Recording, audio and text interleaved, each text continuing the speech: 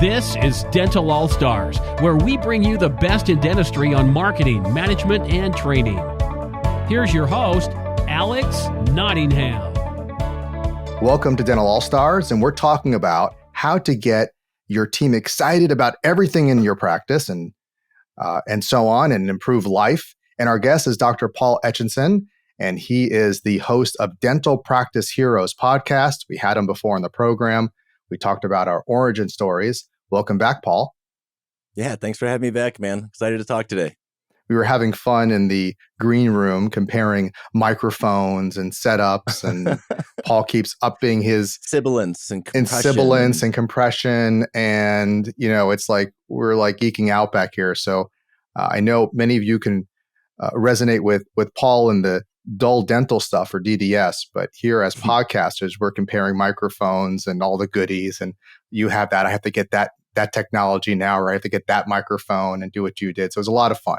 So we definitely know where all of you are coming from listening. So Paul, tell me, as a dentist, as an author, as a podcaster, as a speaker, you do a lot of things.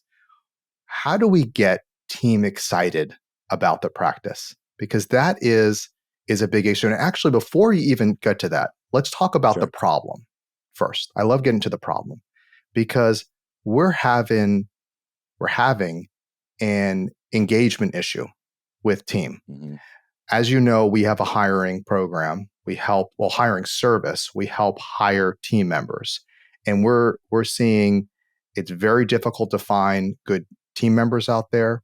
We're having an issue called quiet quitting, where team members don't want to be there. They're just, so they didn't quit, but they checked out. And that's not what we want. Not only do we want team members, we want them engaged. We want them excited. So tell me more about this issue that you see, and then we'll talk about how we resolve it. Yeah, I mean, it's a completely different world now, I remember opening my practice in 2012. And we used to have people apply for a job. We'd get a bunch of applicants. If they didn't send a cover letter, we'd just throw their resume in the trash. We were really selective, and we would have like maybe 5 or 6 people to choose from. And nowadays, we're lucky if we can get anyone to even call us back, if they can even show up for an interview, or if they even show up for the working interview, or we've had people ghost us after we've hired them and they seem so excited. So we're going through the process now. We've changed our way that we're doing hiring, is that as soon as we decide we like someone, we are selling them on our practice, telling them how we're different, how it's going to be different working in our practice, because it's not the way it used to be, but we need good people. And it's hard to find talent these days because it seems like there's not as many people. So you mentioned the quiet quitting as well. And I think we're seeing a lot of that. And I think there's just not a lot of enthusiasm in the workplace. And people can say it's the younger generation and it's work ethic and it's this and that. I don't know if I'd go that far, but I think there's definitely been a cultural shift in that people are not, I guess I would say they're not tolerating a bad work environment as well as they used to. So it's more important than ever to really, we want to take courses on clinical stuff. We want to take these practice management courses, but a lot of what we do is culture. And if we could just fix the culture piece and get our team inspired and get them excited about going to work, I think a lot of our issues just kind of work themselves out. Yeah, that makes sense. It's funny. We just wish we were back in the days when where it was hiring. What you said is it was just, you had this standard. But, I also like, there's always a silver lining, which is I like the fact that it's forcing us to be better. And this is a general trend in dentistry and this is why corporate practices want to get in on dentistry, because you can be inefficient and still be very profitable. And we were very inefficient in hiring and to the subject today in motivating our team and getting them excited, we were a bit negligent, right? So now the workplace is saying it's harder. And so when you really do find somebody that's locked in, you want to make the experience great, that they are drinking the Kool-Aid, that they want to be there, and that you're making that investment. So it's forcing you to be better, that when the job market does soften or improve, that you would have had those skills to do it.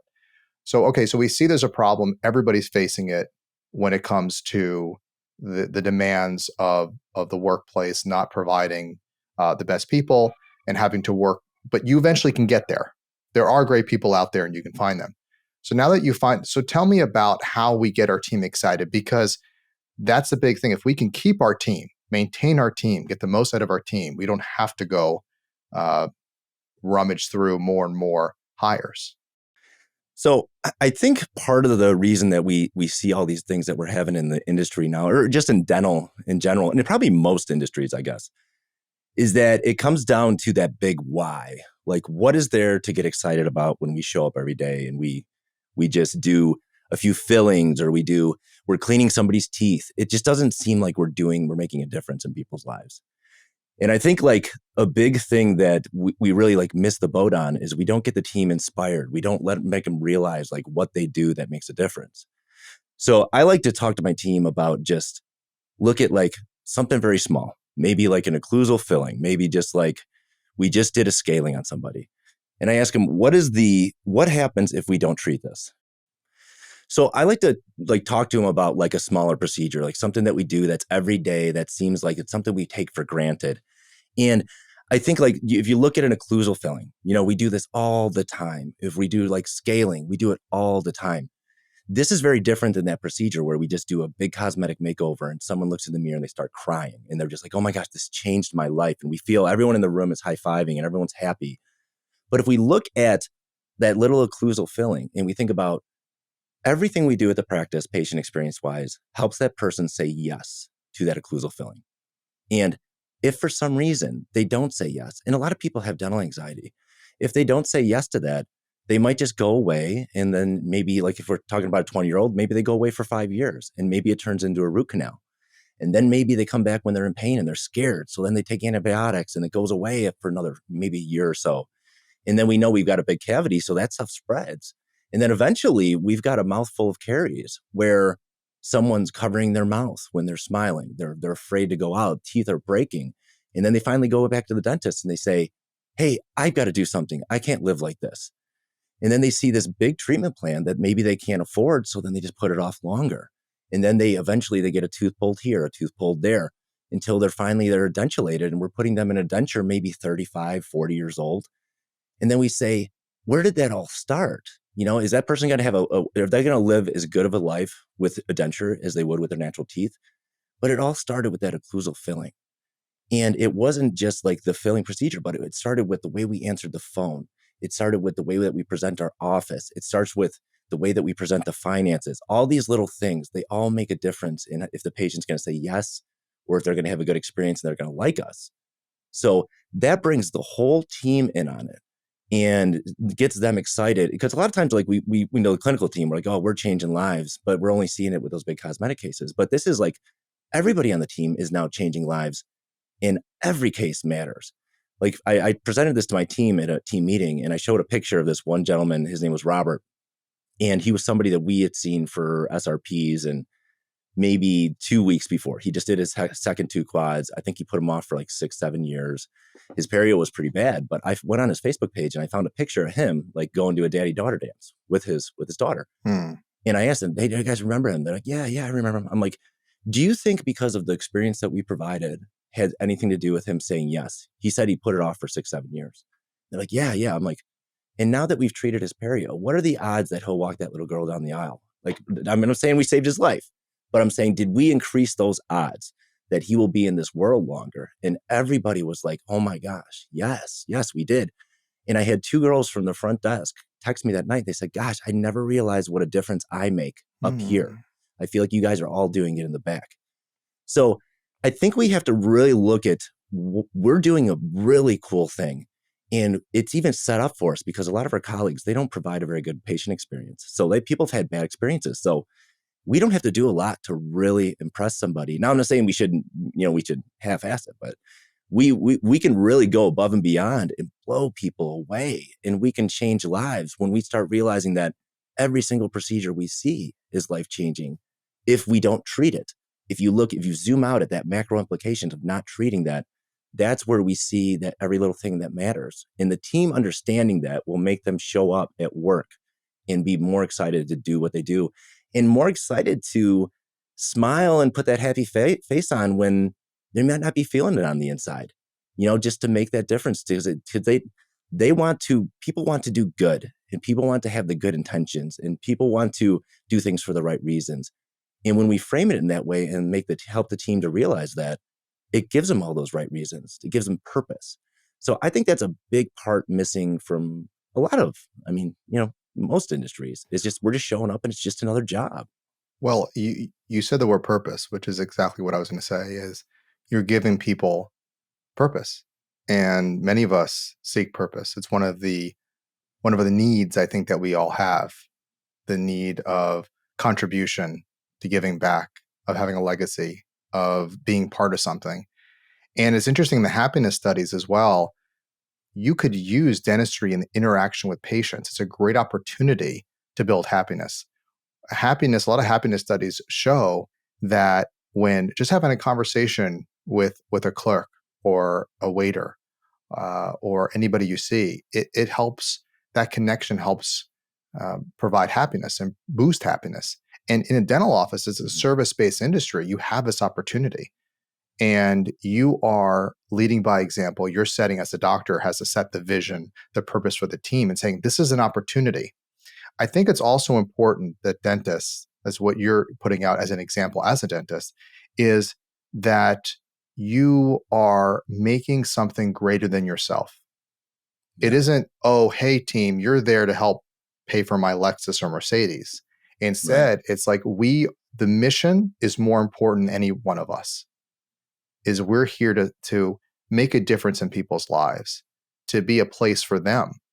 And so, as you said, not only doing the right thing from a clinical standpoint and preventing a bad scenario like dentures and saving their teeth, but also being a place to comfort them, to talk to them, to care, to make a difference.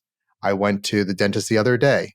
So my dad's retired, so I go to one of our all-star dentists, and the hygienist was like, "Oh, I haven't seen you for a while. You look, that's nice what you're wearing. Oh, did you lose weight?" I was like, "Oh, yes, I did." And it's like all these little things are like and my wife, her hygienist, I'm trying to get her to go to a different office. She's like, "I'm never going to leave my hygienist. I just have that great relationship." Stimulating the heart of the business. And when they're aligned with that, they want to be there. Now, I will say something about the newer generation, and I think all have a piece of this, certainly as generations go, is they want to be part of something, not just a job. That's why they're sitting back saying, I'm waiting for the job. So it's not just money, is they want to be part of a movement. And so you want to make your practice like a movement, right? That's what I hear you saying, that we're aligned with purpose. So is that the trick, Paul? Is that the secret to get your team excited about everything? Purpose? Well, I do think that's the secret. That's one of them. It's like when we talk about the mission vision statements, like our mission is that we want to create an experience that's so amazing that people are happy to tell their friends and family about it, that they can't help but talk about it because we've raised the bar for what going to a dentist seems like, or for what we've raised the bar. But I think, we give them that purpose. We give the team the purpose to show up and to feel like they're doing something good. And then the other side of that is we've got to get rid of the bad stuff too. And a lot of dentists aren't the greatest leaders. They're not the greatest listeners. They're not the greatest managers. And I think if we just sat back and I do coaching, and I have clients, they ask me all the time, they go, where should I start? And I say, I don't know. I look at your numbers and there's some things that will jump out, but I think the greatest information comes from talking to the team, from asking the team, the people on the front lines, and saying, hey, what's going on at the practice? Like, hey, I just want to have a conversation with you. Be real honest with me. What's going on with the practice? Like, what frustrates you? Because a lot of times you'll sit the team member down and they'll say, yeah, everything's great. And just asking them, what frustrates you? You've got to come up with something. Give me something. I want to hear it. I want this to be the best place to work. And then that's another thing is I repeat this all the time to my team. I say, hey, I've got two goals. One, this is going to be a great place for patients. Two, this is going to be a fantastic place to work for us. And to stay true to that mission, I've got to ask my team what's going on. And when they tell me some things are wrong, I'm just like every other owner. Sometimes I go, I don't really agree with that. Or like, I want to defend myself. I want to take it personally, or I want to defend the person that they're talking about. But you can't do that. You've got to listen. You got to be thankful that they're giving you this gift of this feedback, and you're going to take this to make the place better. And sometimes, team members, they'll have a problem that just doesn't have a really good solution, but they expect you to do something about it. And I like to just turn this on the team member and say, hey, if you were in my position to fix this, what do you think I should do? And then they'll say like, okay, well, maybe this. And then you say, okay, well, what about this? Like that, then that might happen. Like, oh yeah, okay. Well, maybe this. And they're like, oh yeah, maybe there's not a good solution. And I'm like, well, what do you think we should do to make this better? Like, I don't want to tell the team member just to change your perception, but I mean, sometimes that would fix a lot of issues. If we could just change our mindset and our attitudes at work. But even if you cannot fix the problem and it's one of those kind of issues that's not fixable, you've listened to your team member. They feel heard and they feel validated and appreciated because you took the time to sit down and talk to them. And that creates a better culture. And you want to know where to start to fix your practice? Just ask your team, sit down with them, and you got to start having these conversations more often. And you got to be careful the way you respond. Like I said, don't respond defensively. Don't criticize anyone. Don't ever make anyone feel guilty for sharing something. And as you do that more often and you start setting that tone that this is like, we're grace over guilt is what I always say, then people will start sharing and feel a lot more comfortable.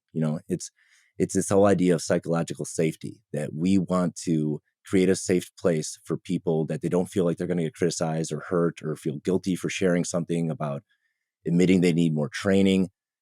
Psychological safety is a lot like trust. It takes time to build, and we can destroy it in one conversation. So you got to be really careful with how you treat that. But your team will give you all the information you need for where your biggest sore spots are in the practice. And you will be able to fix them and make it a better place to work. And at the same time, they will be heard and they will feel validated. So everybody wins, and it's so easy. You just got to ask questions, make people feel comfortable, and you just listen and you brainstorm and you collaborate. You don't have to have all the answers. So I would say anyone listening I wouldn't say like anyone listening that's having trouble with their practice. I think anyone listening should sit down with their team. And as your team gets bigger, it gets harder and harder because there's more of them. But when we were growing, man, this was probably once every 2 months. I was sitting down with every single person. And I think that is what has gotten our practice the edge to really create solutions for all the issues. And anytime something went wrong, anytime we dropped the ball on somebody, on a patient, we never made anyone feel guilty about it. We just said, hey, I don't care how it happened. What are we going to do going forward so this doesn't happen again? What can we come up with? What's going to be our safety so this doesn't happen again? So that's the other part, just fixing those frustrations. It's interesting. I think about how simple what you're saying is. And I think a lot of these solutions are simple, but I just realized what we need is reminders. That's why coaching's out there. That's why you're out there. That's why All-Star Dental Academy is out there. It's reminders. And sometimes it's the basic stuff. You're talking also about emotional intelligence, EQ. And you have a high EQ. And some dentists they do work at it, but some are more born with better EQ than others. And they do very well because patients love them, because they're kind and teams like them. And such a simple thing. Listen. People love to tell their story and be heard. It's amazing. One of my business partners, Tom, doesn't talk a lot, but whenever I speak with him, he listens so well. And then after that conversation, I'm like, Tom, wow, what a great conversation. So nice speaking to you. He didn't say a peep. He just listened to me. And our director of our hiring service, Robin, she did a talk about stay interviews. Instead of focusing so much on exit interviews, focus on stay interviews, which is exactly what you're saying. Interview your team periodically. Have a seat. How are you doing? Not just, hey, here's where you have to improve. How are you doing? How's it going? What can we do better? How can I serve you? How can I make your job better? How can we serve these patients? So it's a servant-based leadership where the dentist is there to help everyone not do the job for them, but support them to be able to do their job and fulfill their purpose and look forward to coming to the office and making a difference. So it's and beautiful. I'll add too, Alex, is that I've had a number of conversations in my almost 12 years of owning a practice where I've said to people just flat out like, hey, I just feel like this vibe, like you might not be liking working here anymore. Tell me I'm wrong. Tell me I'm right. Like, I just want to explore that.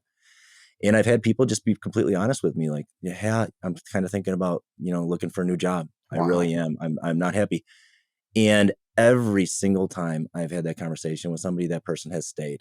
And it's because I listened and because we addressed whatever it was that was bothering them. Because I mean, people are going to leave a practice, mostly because they don't like the management. They don't like the leadership. That's going to be a big thing. They don't like how things are run, and they don't like the way that things are going. And it's going to be something that happens repeatedly over and over and over again. And they might voice some concern to management and it doesn't get addressed. And then they're getting frustrated. And then they feel like there's nothing else they can do. They reach a final frustration level and now they're looking for a new job. I remember reading in a book somewhere that people will stay at a job they hate for a very, very long time if they like the people they work with. Like, they will put up with a lot. But I think to the point is to get somebody to reach that level that they're leaving because of a frustration that they're having, that's a continual thing. I mean, how could we not address that if we're not asking questions? How could we know about what's going on and not address it? The problem is we just don't know because we're not asking. And we're finding out that maybe we'll have someone drop a bomb on us and say, hey, I'm putting in my 2 weeks, and you just can't believe it. You're like, I can't believe they're leaving. And you might even ask them, like, why are you leaving? Like, I don't understand. Like, you're like one of my best employees. I can't believe you're leaving. This is like, and it hurts. It feels like a breakup. And they might just make up some BS excuse saying, I feel like I don't want to work at night anymore. I'm going to work less hours. I'm thinking about doing something different. But it might be that they just don't feel safe telling you the truth, that your practice sucks. And they're sick of it. Isn't this, though, like all relationships? There's no difference. Yeah. I mean, the extreme example is a partner or spouse that you don't talk, you don't communicate. And one day there's divorce papers. What happened? Yeah. And friendships, they just fall away. You have to cultivate these relationships. You have to, just because you have it doesn't mean it stays. It requires effort. It requires care. And if it's important, you're going to be doing these things. Now, some of these steps we're talking about, some of these ideas, as simple as they may seem, don't come natural for all dentists. And that's why it's a constantly practicing. And what I love what Tony Robbins, my mentor, taught us was modeling the best. See what Dr. Paul's doing in his practice. And see this week. So that's kind of action steps. This week, can we do that in our practice? So let me end with that kind of, Paul. Give us some action steps as we take away what you spoke about. What are some simple things that we can do? Now, they sound simple, and you're going to do them, but the trick is, can you stick with them? Have a reminder to keep doing it over and over again. So what are some activities? What are some action steps dentists can do to help provide more purpose to their team and get their team more excited about being in their office? Yeah, I'll give you 3 because all good things come in 3. They do. First was talking about everybody makes a difference. Every single touch point with the patient makes a difference. That's answering the phone. That's the way we seat the patient. It's the way we address the patient. It's the way we say goodbye to the patient. It's when they walk by that front desk when they leave and everybody looks up and says, have a great day. It's every little thing. And that makes a difference in whether or not they say yes. And that makes a difference in their lives and their health. So that would be the first thing.